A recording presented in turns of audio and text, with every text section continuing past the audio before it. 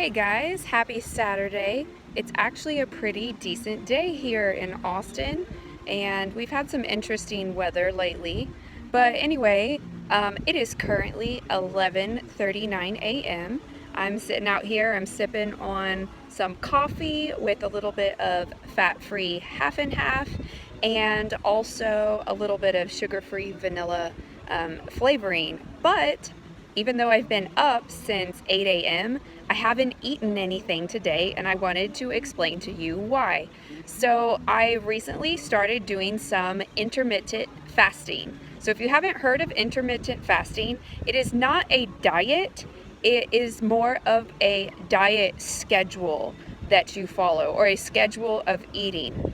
So, the last time I ate was actually pretty late last night, about 10 p.m. And then I was up for a little while and I went to bed, and I'm not eating again until a couple hours before my workout.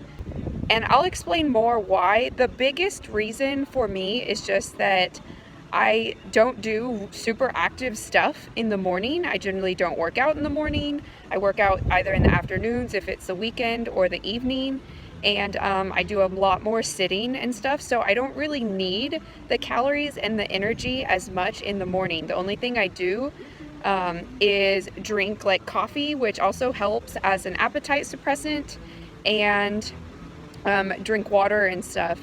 And then I save all my calories for a shortened period of time in the afternoons and evenings. And that's generally when I want to eat the most and have the most like cravings and stuff anyways. So it works out really well for me. So I'm actually about to go eat my first meal, and I'm going to hit a shoulder workout this afternoon. And I will further explain some more about intermittent fasting and some research that I've done throughout the whole video. So I hope you enjoy, and I'll talk to you later.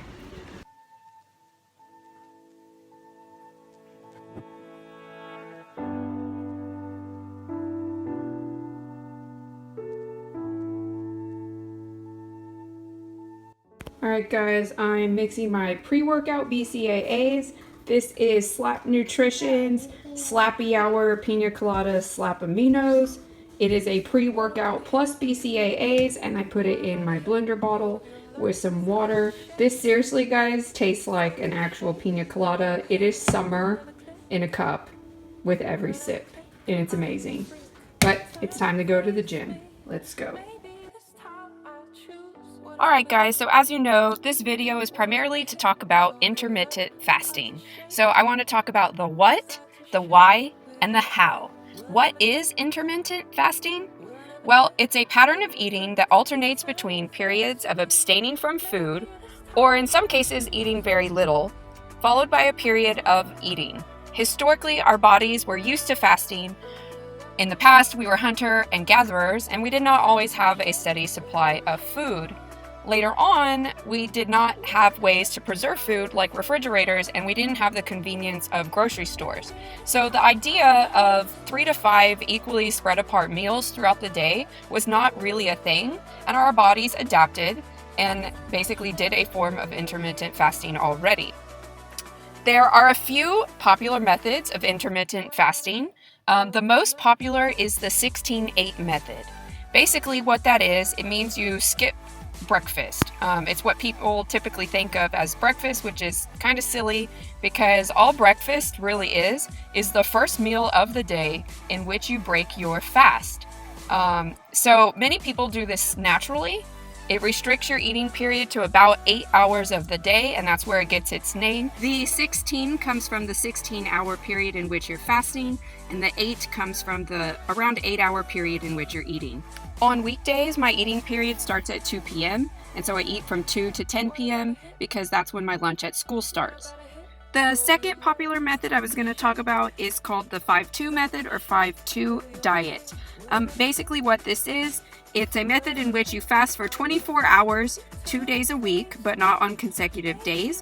On those fasting days, you can eat about a quarter of your average daily intake, which is around 500 calories for women and 600 calories for men. And then the other 5 days of the week, you eat as normal.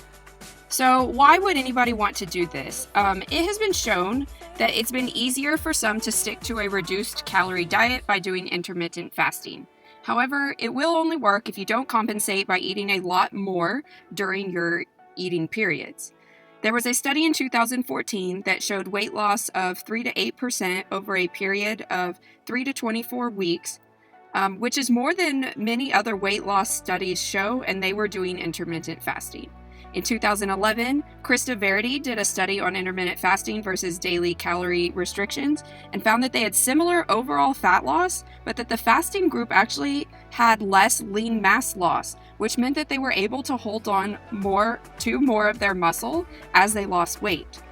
There are other health benefits that include increased insulin sensitivity and lower insulin levels. There are brain health benefits, like an increase in a brain hormone called BDNF, and it may protect you against Alzheimer's disease.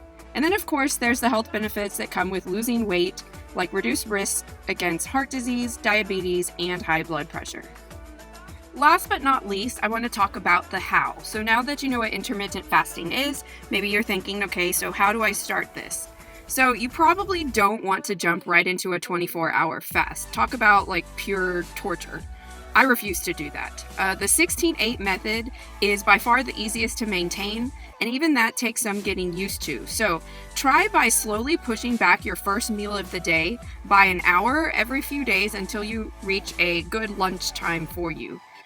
You may experience a few hunger pains in the beginning, but you'll be amazed how quickly your body will adapt.